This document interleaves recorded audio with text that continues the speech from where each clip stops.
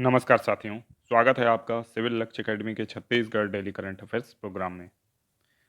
पहला प्रश्न है, राज्य में सार्वजनिक वितरण प्रणाली एवं सार्वभौम पीडीएस के तहत कितने उचित मूल्य दुकानों में ई पॉस मशीन से खाद्यान्न वितरण किया जा रहा है?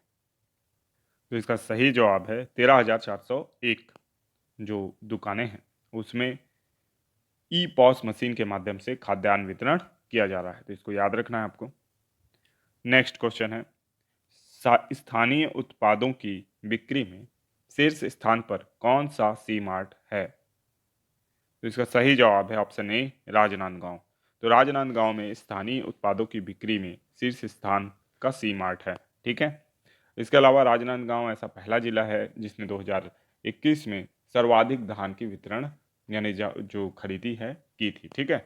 तो सार्वजनिक धान का उत्पादन और खरीदी का स्थान भी राजनांदगांव का लगा था, ये भी आपको याद रखना है।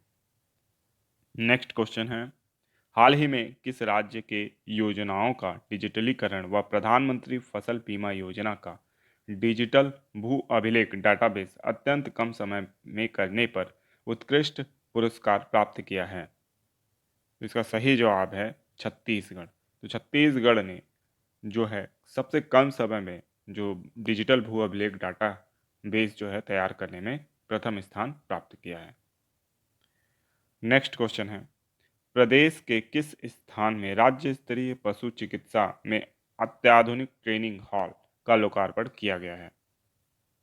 तो इसका सही जवाब है पंडरी। तो पंडरी में जो है राज्य स्तरीय पशु चिकित्सा में अत्याधुनिक ट्रेनिंग हॉल का लोकार्पण किया गया है, तो इसे भी याद रखना है। नेक्स्ट क्वेश्चन है, छत्तीसगढ़ सरकार ने किस स्तर के शिक्षण संस्थानों को पीपीपी मॉडल से संचालित करने का निर्णय लिया है? तो इसका सही जवाब है महाविद्यालयों को। तो महाविद्यालयों को पीपीपी मॉडल से संचालित करने का निर्णय छत्तीसगढ़ सरकार द्वारा लिया गया है। नेक्स्ट क्वेश्चन है, 22वीं छत्तीसगढ़ राज्य शालेय क्रीड़ा प्रतियोगिता 2022 में सर्वोत्कृष्ट प्रदर्शन के लिए champions of the champion zone trophy किस जोन को प्राप्त हुई है? तो इसका सही जवाब है बस्तर जोन को। ठीक है। तो 22वीं छत्तीसगढ़ राज्य शालेय क्रीड़ा प्रतियोगिता में सर्वोत्कृष्ट जोन रहा है बस्तर जोन। नेक्स्ट क्वेश्चन है, इंडियन बैंक्स एसोसिएशन के पुनः अध्यक्ष कौन बने हैं? तो इसका सही जवाब है ए के गोयल। तो इंडियन बैंक्स एसोसिएशन के पुनः अध्यक्ष ए के गोयल बने हैं, जबकि रॉजर बिन्नी बीसीसीआई के अध्यक्ष बने हैं। पिनाकी चौधरी बंगाली निर्देशक थे, फिल्म निर्देशक, जिनका हाल ही में निधन हो गया है। ठीक है। तो इनको भी याद रखना है। और संगीता वर्मा सीसीआई की कार्यवाहक अध्यक्ष बनी हैं, जिसका मुख्यालय नई दिल्ली में है। स्थापना 2003 में हुआ था। ठीक है। कंपटीशन कमीशन ऑफ इंडिया की अध्यक्ष कौन बनी है? संगीता वर्मा। नेक्स्ट क्वेश्चन है, नेत्रहीनों के विश्व कप टी20 के ब्रांड एम्बेसडर हाल ही में कौन बने हैं? तो इसका सही जवाब है युवराज सिंह। तो युवराज सिंह नेत्रहीनों के विश्व कप टी20 के ब्रांड एम्बेसडर हाल ही में बने हैं। और यह प्रतियोगिता जो है ये अब कुछ ही दिनों में भारत में आयोजित की जाएगी। ठीक है। तो भारत में होने वाला है नेत्रहीनों के लिए टी20 विश्व कप। अब अंतिम क्वेश्चन आप लोगों के लिए है, 2023 में इंटरपोल महासभा की मेजबानी कौन करेगा? वियना, न्यूयॉर्क, दिल्ली या लंदन? तो इसका जवाब आप कमेंट बॉक्स में जरूर दीजिएगा। अब चलते हैं रिवीजन प्रश्नों की ओर। छत्तीसगढ़ में गौठान दिवस कब मनाया जा रहा है? तो इसका सही जवाब है 26 अक्टूबर को। 26 अक्टूबर को गौठान दिवस के रूप में छत्तीसगढ़ में सेलिब्रेट किया जा रहा है। कारण ये है कि ये त्यौहार जो है 25 को मनाना था, लेकिन क्योंकि सूर्य ग्रहण पड़ गया कल के दिन, आप लोगों ने देखा होगा, तो सूर्य ग्रहण के कारण इस वर्ष जो है एक दिन इसकी तिथि आगे बढ़ाकर इसे 26 नवंबर को मनाया जा रहा है। गौठान दिवस मतलब गोवर्धन पूजा के दिवस को इस रूप में मनाया जाता है और अन्नकूट के रूप में भी इसे सेलिब्रेट किया जाता है। पशुओं की पूजा की जाती है और धन धान्य के भंडार में वृद्धि की कामना की जाती है। ठीक है। तो इसको बहुत धूमधाम से राज्य में सेलिब्रेट किया जाता है और गौठान दिवस के रूप में राज्य सरकार भी इसे मनाती है। छत्तीसगढ़ के कुल कितने प्रतिशत भौगोलिक क्षेत्रफल पर वनों का आवरण है। तो इसका सही जवाब है 41.21%। तो जैसा कि आपको ज्ञात है कि छत्तीसगढ़ का कुल भौगोलिक क्षेत्रफल 1,35,192 वर्ग किलोमीटर है, जिसमें से कुल वनावरण जो है 55,716.60 वर्ग किलोमीटर पर है, 55,716 किलोमीटर। इसके अलावा जो कुल भौगोलिक क्षेत्रफल का प्रतिशत है वो 41.21% है।